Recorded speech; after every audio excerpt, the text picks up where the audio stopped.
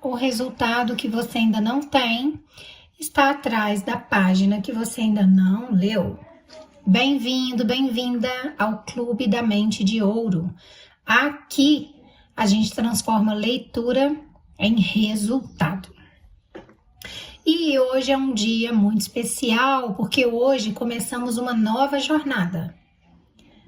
Vamos começar a estudar, conversar, ler e tirar lições para implementar na nossa vida real do livro O Poder do Hábito, de Charles Duhigg. Se no livro Arrume Sua Cama, nós aprendemos a importância da disciplina, das pequenas vitórias diárias, agora nós vamos entender como reprogramar a nossa mente para tornar essa disciplina que nós aprendemos no Arrume Sua Cama automática. Esse livro, gente, é sobre o que realmente sustenta uma vida de sucesso. Sabe o que é que realmente sustenta uma vida de sucesso? Hábitos. Os hábitos que moldam cada decisão. Hábitos que moldam cada rotina. E, por consequência, são os hábitos que moldam cada resultado da sua vida. E da minha vida também. Talvez você pense que você precisa de mais motivação para fazer as coisas darem certo, mas não é. O que você realmente precisa, e você vai perceber isso com a leitura desse livro junto comigo, é que você realmente precisa de sistemas mentais que funcionem, início, meio e fim, mesmo nos dias em que a sua motivação desaparece. Sabe aquele dia que você já acorda e tudo já dá errado no início do dia? Nesse dia, a motivação vai embora, gente. Ela desaparece na mesma hora. Mas se você tiver um sistema mental ativadinho, é no automático que você vai fluir, tá? Bom, antes da gente mergulhar no livro em si, fazer as primeiras considerações, eu quero falar sobre o autor, né? Eu sempre falo sobre o autor antes de falar sobre o livro. Afinal, o livro só existe porque existe um autor por trás dele, né? Então, antes de mergulharmos na leitura, é importante entender quem que está por trás desse livro, que virou uma referência mundial, né? Em mudança de comportamento. O Poder do Hábito é um livro referência para mudança de comportamento. O autor do livro O Poder do Hábito, gente, se chama Charles Duhigg, jornalista, pesquisador, vencedor do prêmio Pulitzer, um prêmio importantíssimo no mundo. Ele dedicou anos da sua vida estudando como que a mente humana cria padrões e como que esses padrões determinam sucesso, produtividade e até o destino das pessoas e das empresas, né? E se essa mente não estiver alinhada, também vai determinar o fracasso, né? Lógico. Charles Duhigg não escreveu esse livro como uma teoria, um livro teórico, não. Ele investigou histórias da vida real e é por isso que eu gosto muito desse livro. Então, ele investigou histórias reais de atletas, de executivos, de soldados, de cientistas, para mostrar que o que separa pessoas comuns de pessoas extraordinárias não é o talento. E isso a gente já falou em Arrume Sua Cama. O que separa pessoas comuns de pessoas extraordinárias não é o talento. Não é mesmo, gente. Vários livros que a gente for estudar aqui de performance vão repetir isso. É a capacidade de entender os seus próprios hábitos, se conhecer primeiro e entender que isso que eu faço é um hábito e dominá-los. Você transforma num novo hábito e domina aquilo vira rotina, vira automático, acabou, flui, vai fluir, não tem erro, tá? Ele mostra nesse livro que a mudança não depende de força de vontade. Aí você já começa a pensar, meu Deus, mas se não é motivação, então não é talento, então não é força de vontade também? Não, gente. De novo, é um sistema mental, tá? É um ciclo que qualquer pessoa pode aprender a controlar, a fazer esse ciclo girar, essa rodinha girar, tá?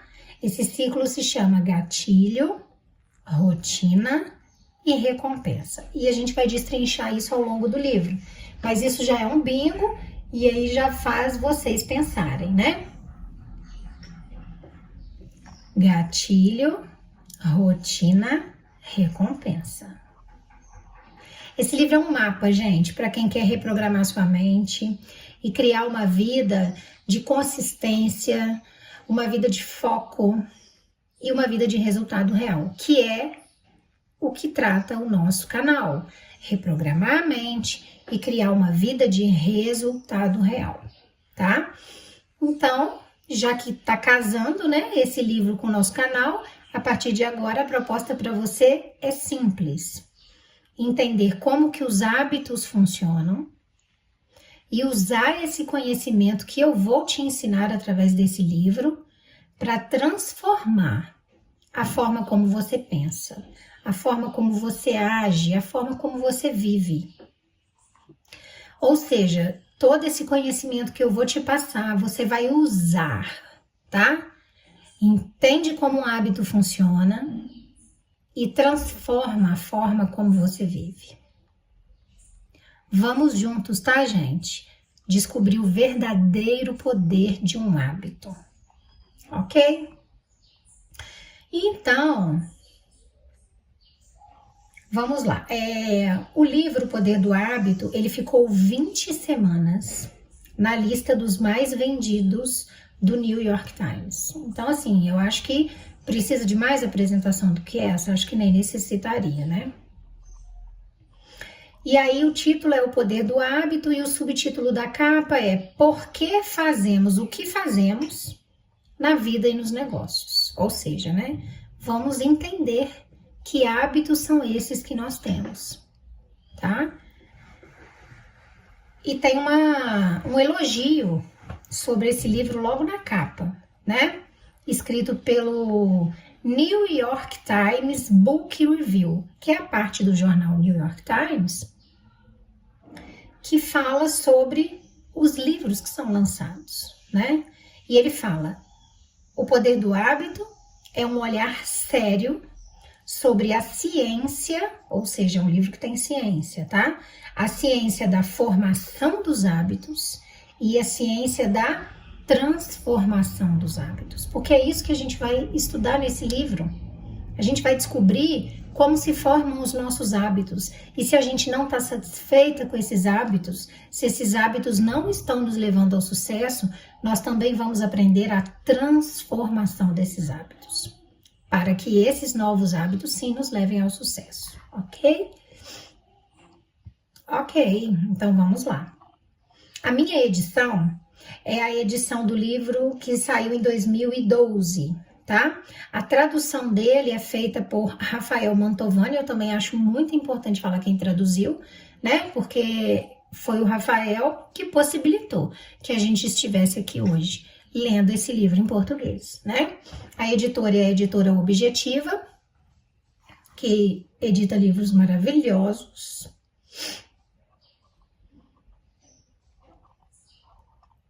Ele dedica o livro para Oliver, John Harry, John e Doris, e eternamente para Liz.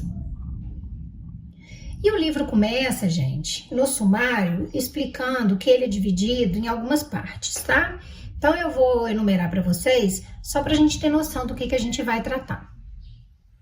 Primeiro tem uma introdução, que também é chamada de prólogo, que é a parte que a gente vai começar lendo, né, que se chama A Cura do Hábito, como se o hábito fosse um mal, uma doença, né? A gente vai entender melhor ao longo da leitura, A Cura do Hábito. Depois, ele divide o livro em 3 partes. A parte 1 vai tratar dos hábitos dos indivíduos, pessoas. A parte 2 vai tratar dos hábitos de organizações bem-sucedidas. A parte 3 vai tratar dos hábitos das sociedades, tá? Então, ele fala do indivíduo, da empresa, né? PF, pessoa física, PJ, pessoa jurídica e da sociedade como um todo. Depois tem um apêndice no livro que traz outras informações importantes, tá? Que também vai ser muito legal de ler. E aí a gente já vai entrar na introdução, tá? A cura do hábito. Então, a gente vai lendo, eu vou parando, a gente vai conversando, eu vou jogar as minhas sementes, tá? Vou semear vocês, vou dar mais alguns bingos, tá? Já dei uns 2 ou 3 bingos antes mesmo da leitura começar, para vocês entenderem do que se trata o livro, tá? Então, vamos lá. Prólogo, a cura do hábito. Ela era a participante de estudo favorita dos cientistas. Lisa Allen, de acordo com a sua ficha, tinha 34 anos, começara a fumar e beber aos 16 e lutara com a obesidade durante a maior parte da vida. Chegou a um ponto aos 20 e poucos anos em que órgãos de cobrança começaram a persegui-la para recuperar mais de $10 mil em dívidas. Um velho currículo listava que o seu emprego mais longo durara menos de 1 ano. Então, gente, a gente já percebe que é uma pessoa que não está tendo muito sucesso na vida dela, né? Que eles escolheram. A mulher que estava diante dos pesquisadores naquele dia, no entanto, era esbelta e vibrante, com as pernas tonificadas de uma corredora.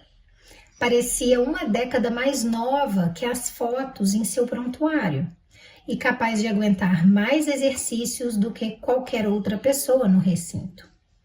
Segundo o relatório mais recente em seu arquivo, Lisa não tinha dívidas, não bebia e estava em seu 39º mês numa empresa de design gráfico. Quanto tempo faz desde o seu último cigarro? Um dos médicos perguntou, dando início à lista de perguntas que Lisa respondia toda vez que vinha a esse laboratório perto de Bethesda, em Maryland. Quase 4 anos, ela disse, e perdi 27 quilos e corri uma maratona desde então. Ela também começara um mestrado e comprara uma casa. Tinha sido um período cheio de acontecimentos. O grupo de cientistas na sala incluía neurologistas, psicólogos, geneticistas e um sociólogo. Durante os últimos 3 anos, com verba dos Institutos Nacionais de Saúde, eles vinham investigando Lisa e mais de 20 outros indivíduos que haviam deixado de ser fumantes, comedores compulsivos, bêbados, problemáticos, viciados em compras e possuidores de outros hábitos destrutivos. Todos os participantes tinham uma coisa em comum. Eles haviam reconstruído suas vidas em período relativamente curtos. Os pesquisadores queriam entender como. Por isso, mediram os sinais vitais de cada um, instalaram câmeras de vídeo dentro de suas casas para observar suas rotinas, sequenciaram trechos de seus DNAs e, com tecnologias que lhes permitiam espiar dentro da cabeça das pessoas em tempo real, observaram o sangue e os impulsos elétricos fluírem através de seus cérebros, enquanto eram expostos a tentações como fumaça de cigarro e refeições fartas. O objetivo dos pesquisadores era descobrir como os hábitos funcionam num nível neurológico e o que era necessário para fazê-los mudar. Sei que você já contou essa história umas 10 vezes, disse o médico para Lisa, mas alguns dos meus colegas só a ouviram em segunda mão. Você se importaria em descrever de novo como parou de fumar? Claro, disse Lisa. Começou no Cairo. As férias tinham sido uma decisão um tanto impulsiva, ela explicou. Alguns meses antes, o seu marido chegara do trabalho e anunciara que ia deixá-la, porque estava apaixonado por outra mulher. Porque eu não me espanto, né, gente, no estado que ela estava antes, fracassada. Lisa levou um certo tempo para processar a traição e assimilar o fato de que estava realmente se divorciando. Houve um período de luto, depois um período em que ela o espionava obsessivamente, seguia sua nova namorada pela cidade, ligava para ela depois da meia-noite e batia o telefone. Depois houve a noite em que Lisa apareceu na casa da namorada, bêbada, esmurrando a porta dela e gritando que ia queimar o prédio inteiro. Não foi uma época muito boa para mim, disse Lisa. Eu sempre quisera ver as pirâmides e ainda não tinha estourado o limite dos meus cartões de crédito. Então, ela foi para o Egito. Em sua primeira manhã no Cairo, Lisa acordou com o raiar do dia ao som do chamado para a oração de uma mesquita ali perto. Estava escuro como breu dentro do seu quarto de hotel. Meio cega e com o fuso horário alterado, ela pegou um cigarro. Estava tão desorientada que não percebeu, até sentir o cheiro de plástico queimado, que estava tentando acender uma caneta e não um cigarro. Lisa passara os últimos 4 meses chorando, comendo compulsivamente, sem conseguir dormir e sentindo-se envergonhada, desamparada, deprimida e furiosa, tudo ao mesmo tempo. Deitada na cama, ela entrou em colapso. Foi como se aquela onda de tristeza me engolisse, ela disse. Eu senti como se tudo o que eu jamais quisera tivesse desmoronado. Eu nem conseguia fumar direito. Então eu comecei a pensar no meu ex-marido e em como seria difícil arranjar outro emprego quando eu voltasse, e como eu ia odiar esse emprego e como eu me sentia pouco saudável o tempo todo. Eu levantei e derrubei uma jarra de água que se estilhaçou no chão e aí eu comecei a chorar ainda mais. Eu senti um desespero, como se eu tivesse que mudar algo, tivesse que achar pelo menos uma coisa que eu fosse capaz de controlar. Percebe, gente, que a vida dela estava totalmente incontrolável, né?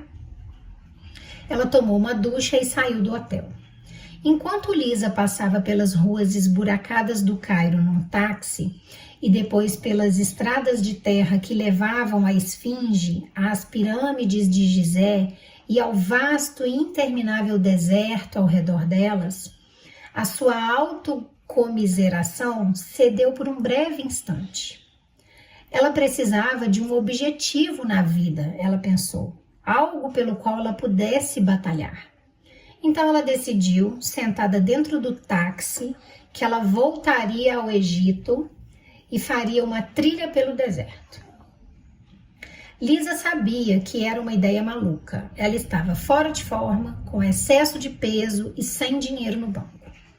Não sabia o nome do deserto para onde estava olhando, ou mesmo se uma tal viagem era possível. Nada disso importava, no entanto. Ela precisava de alguma coisa em que se focar. Lisa decidiu que se daria 1 ano para se preparar.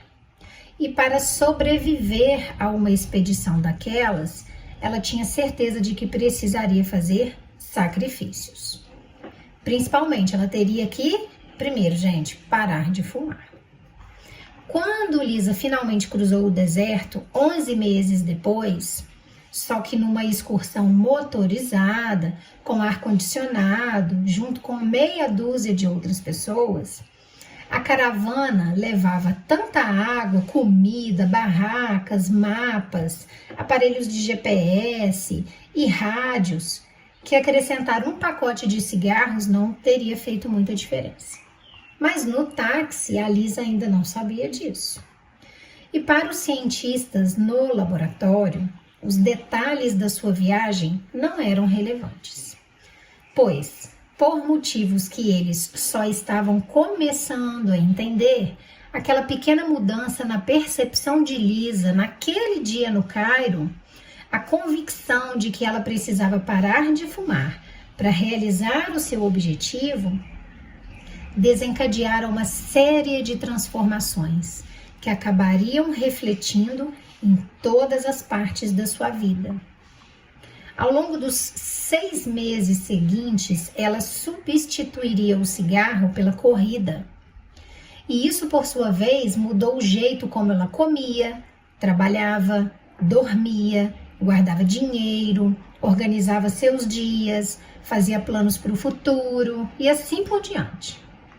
Ela começaria a correr meias maratonas, depois uma maratona, voltaria a estudar, compraria uma casa, ficaria noiva. Por fim, ela foi recrutada para o estudo dos cientistas.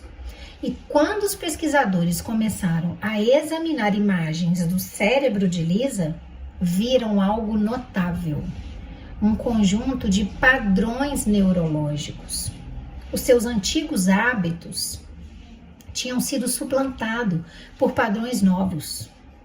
Eles ainda podiam ver a atividade neural dos seus antigos comportamentos. Porém, esses impulsos estavam superados por uma série de novos desejos. Conforme os hábitos de Lisa mudaram, o cérebro dela mudou também. Gente, olha isso.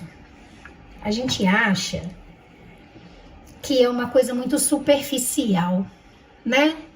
Eu vou mudar esse hábito, aquele ali, e o cérebro continua o mesmo, né? Síndrome de Gabriela, nasci assim, cresci assim, vou ser sempre assim. Não. Conforme os hábitos de Lisa mudaram, o cérebro dela mudara também. Bingo, tá? Bingo. Gente, virou fisiológico, tá? Dentro do cérebro dela houve mudanças. Os cientistas acreditavam que não tinha sido a viagem ao Cairo que provocara a mudança, nem o divórcio ou a travessia do deserto, mas o fato de que, primeiro, Lisa se concentrara em mudar um único hábito, o cigarro, fumar. Vou repetir, tá, gente? Primeiro, Lisa se concentrara em mudar um único hábito, fumar. Todos os participantes do estudo haviam passado por um processo semelhante, focando-se num único padrão, o que é conhecido como um hábito angular. Lisa também ensinara a si mesma a reprogramar as outras rotinas de forma automática na sua vida. Hábito angular é uma expressão muito bonita, né? A gente vê que na Bíblia Jesus é chamado de a pedra angular, né? Gente, esse barulho é um trovão, não sei se estão conseguindo ouvir. Olha. Jesus é chamado de a pedra angular, né? Única. Então aqui a gente tem hábito angular, um único padrão, um único hábito, né? Vamos continuar. Não só os indivíduos são capazes de mudanças como essa. Quando as empresas se concentram em mudar hábitos, organizações inteiras podem se transformar. Empresas como a Procter & Gamble, a Starbucks, a Alcoa e a Target já tiraram proveito dessa revelação para influenciar o modo como o trabalho é feito, o modo como os funcionários se comunicam, e sem que os clientes percebam o jeito como as pessoas fazem compras. Então aqui ele já está te explicando que isso é possível tanto a nível individual, pessoa, cidadão, como a nível empresarial. Quero lhe mostrar uma de suas tomografias mais recentes, um pesquisador disse a Lisa perto do final de seu exame. Ele exibiu uma figura numa tela de computador que mostrava imagens do interior da cabeça dela. Quando você vê comida, estas áreas, e aí ele apontou para um lugar perto do centro do cérebro dela, essas áreas que são associadas a anseios e fome ainda estão ativas. o seu cérebro ainda produz os impulsos que faziam você comer em excesso. Tá vendo? Esses hábitos não morreram, eles estão lá. No entanto, tem atividade nova nesta área, e aí ele apontou para a região mais perto de sua testa, onde acreditamos que a inibição do comportamento e a autodisciplina começam. Essa atividade foi se tornando mais acentuada a cada vez que você veio aqui. Lisa era a participante favorita dos cientistas, porque as suas tomografias eram muito convincentes, muito úteis para criar um mapa no qual os padrões comportamentais. O que são os padrões de comportamento, gente? Os hábitos residem dentro das nossas mentes. Você está nos ajudando a entender como uma decisão se torna um comportamento automático. O que é um comportamento automático? É um hábito. Então, olha o que o médico falou para ela. Uma decisão se torna um comportamento. Quando esse comportamento se torna automático, ele vira um hábito. Bingo, tá? Só quero dizer isso, bingo. Todas as pessoas no recinto sentiam que estavam no limiar de alguma coisa importante. E estavam mesmo. Vamos dar uma paradinha aqui, a gente ainda tá no prólogo, tá? Mas eu já quero soltar um outro bingo para você. Gente, mudança real, realidade, ela acontece quando você, além de entender como seus hábitos funcionam na sua mente, você consegue usá-los a seu favor. Então não é só entender, nossa, eu tenho hábitos de fracassada. Ok, de nada, obrigada de nada. Não, gente, vai continuar fracassada.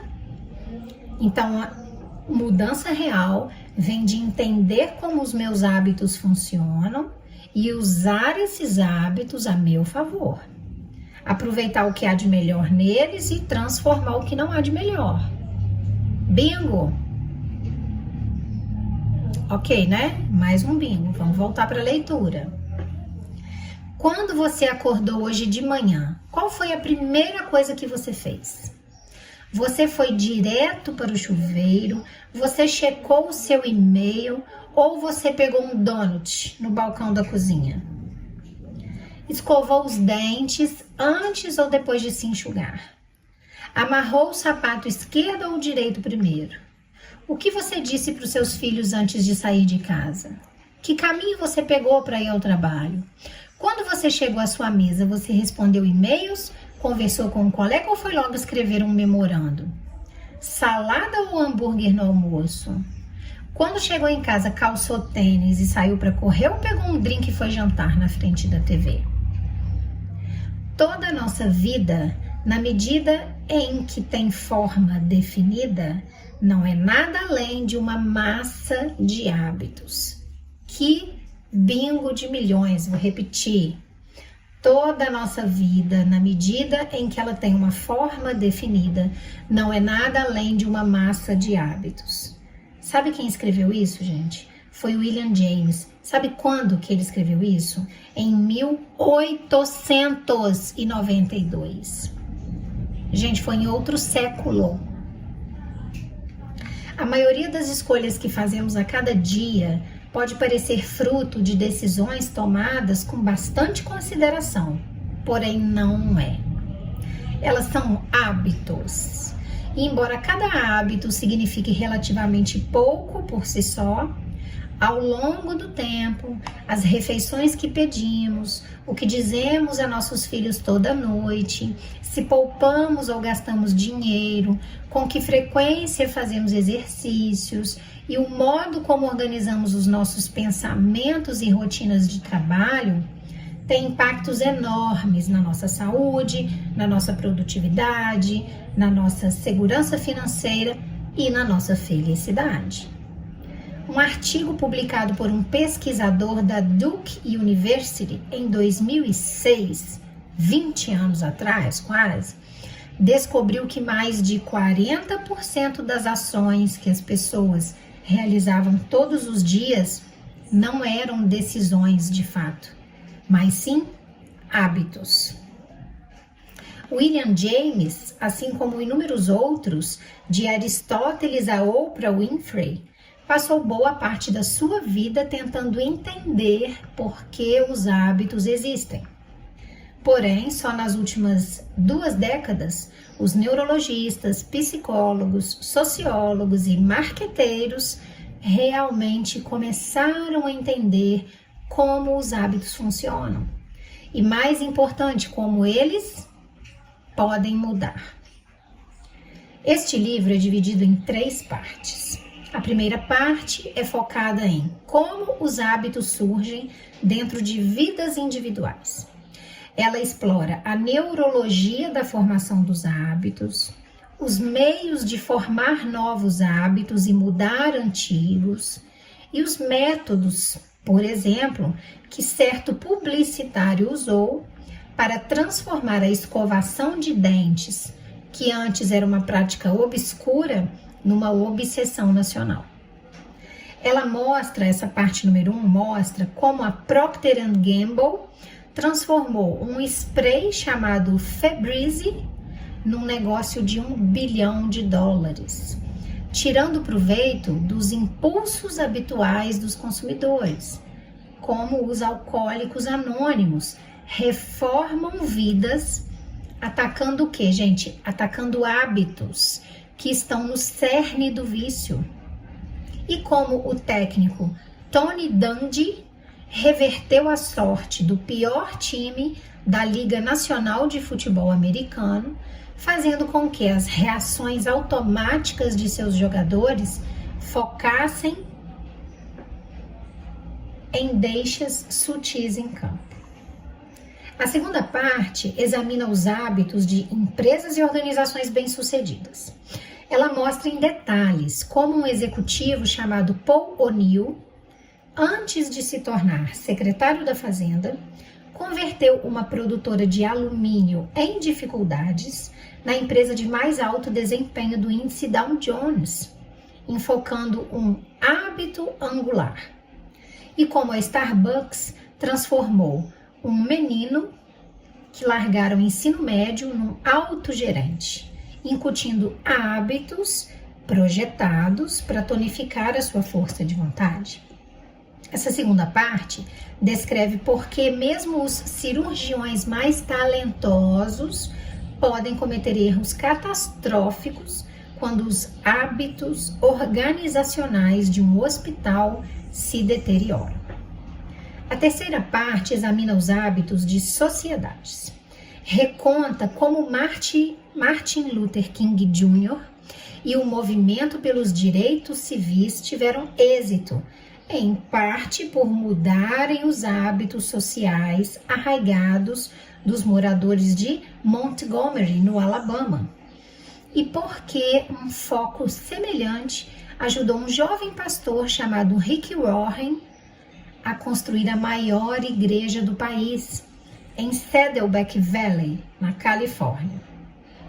Por fim, ela explora a terceira parte, questões éticas delicadas, tais como se um assassino na Grã-Bretanha deve ser libertado, caso possa argumentar de forma convincente que seus hábitos o levaram a matar.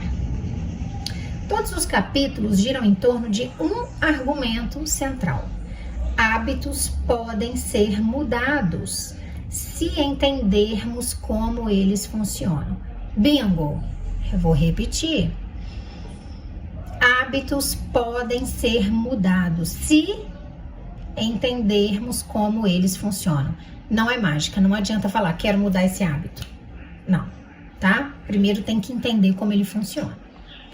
Este livro é baseado em centenas de estudos acadêmicos, entrevistas com mais de 300 cientistas e executivos e pesquisas realizadas em dezenas de empresas. Ele aborda os hábitos em sua definição técnica, As escolhas que todos fazemos deliberadamente em algum momento e nas quais paramos de pensar depois, mas continuamos fazendo normalmente todo dia. Em certo momento, todos nós decidimos conscientemente o quanto iríamos comer e quando sairíamos para correr. Depois paramos de fazer escolhas e o comportamento se tornou automático. É uma consequência natural da nossa neurologia. E entendendo como isso acontece, você pode reconstruir esses padrões. E o mais legal de tudo isso, gente, você pode reconstruir esses padrões do jeito que você quiser. Então, se você leva uma vida totalmente sedentária, sem saúde, mas você quer se tornar uma atleta, você consegue. Se hoje você não consegue um emprego melhor, ou se tornar uma empreendedora, ou ficar rico, ou um salário melhor, mas se você sabe que se você estudar algo, você melhora e muda, você consegue. Vamos continuar. Comecei a me interessar pela ciência dos hábitos 8 anos atrás, quando estava trabalhando como repórter de jornal em Bagdá. As Forças Armadas dos Estados Unidos, como me ocorreu enquanto eu as observava em ação, são um dos maiores experimentos de formação de hábitos da história. Vide o livro que a gente acabou de estudar, né, gente? Arrume sua cama. O treinamento básico ensina aos soldados uma série de hábitos cuidadosamente projetados. Como atirar, como pensar e como se comunicar sob fogo. No campo de batalha, cada comando emitido se baseia em comportamentos praticados a ponto de virarem automáticos. A organização inteira depende de rotinas ensaiadas inúmeras vezes para construir bases, definir prioridades estratégicas e decidir como reagir a ataques. Naqueles primeiros dias da guerra, quando a insurreição se alastrava e o número de mortos crescia, os comandantes estavam buscando hábitos que pudessem incutir entre soldados e iraquianos, para assim criar uma paz duradoura. Fazia cerca de 2 meses que eu estava no Iraque quando eu ouvi falar de um oficial que realizava um programa improvisado de modificação de hábitos em Kufa, uma pequena cidade a 150 quilômetros da capital. Ele era um major do exército que analisara fitas de vídeo de tumultos recentes e identificara um padrão.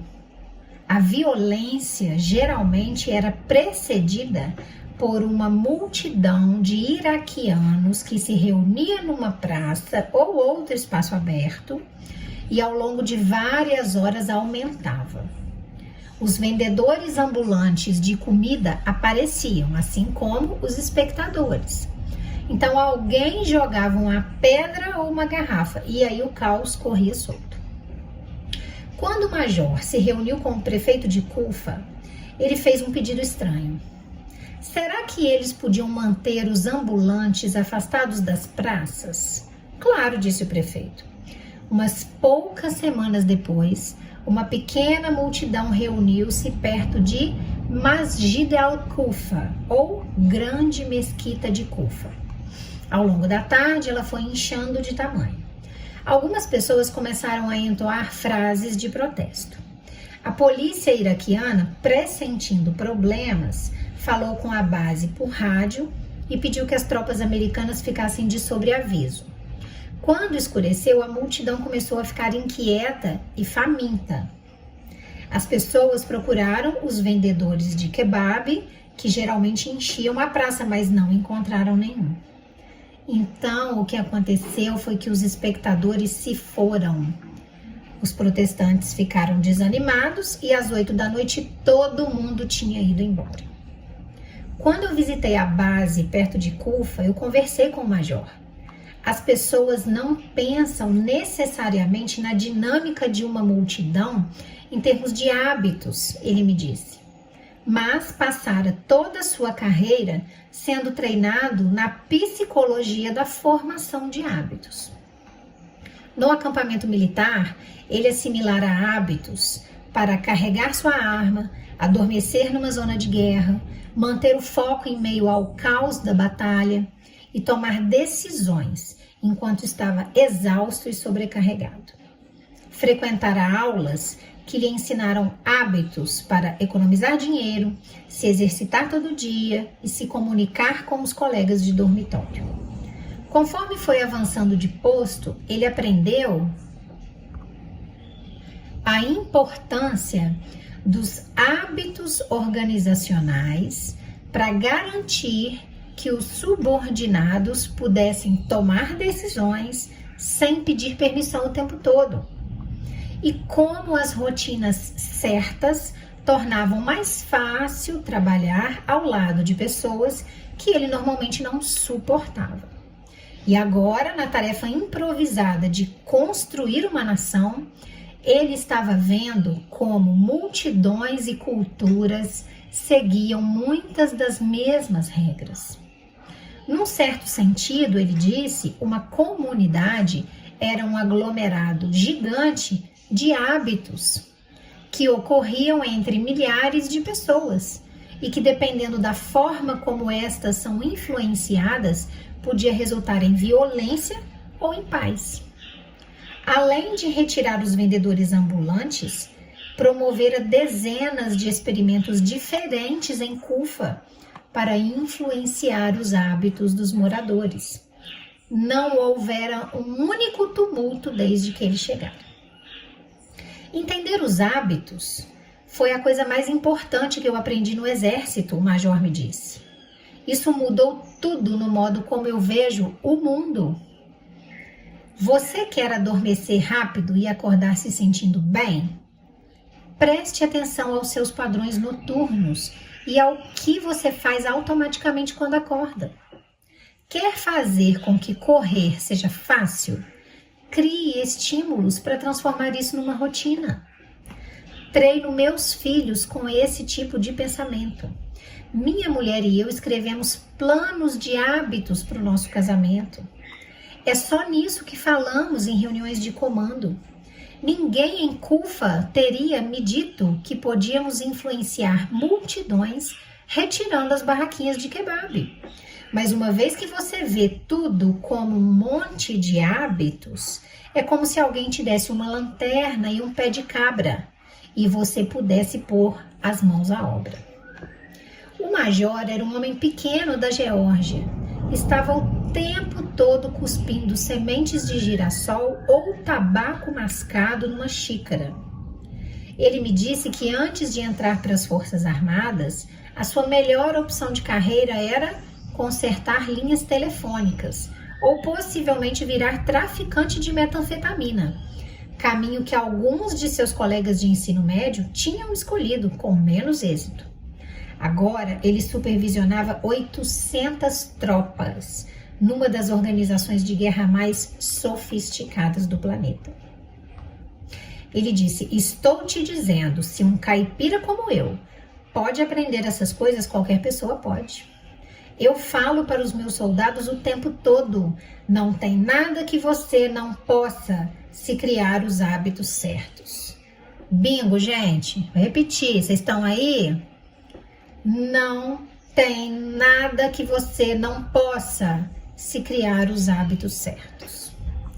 Na última década, a nossa compreensão da neurologia dos hábitos e do modo como os padrões funcionam dentro das nossas vidas, dentro das nossas sociedades e dentro das nossas organizações, expandiu-se de uma maneira que não poderíamos ter imaginado 50 anos antes. Agora sabemos por que os hábitos surgem, como os hábitos mudam e a ciência que há por trás da sua mecânica. Sabemos como dividi-los em partes e reconstruí-los de acordo com as nossas especificações.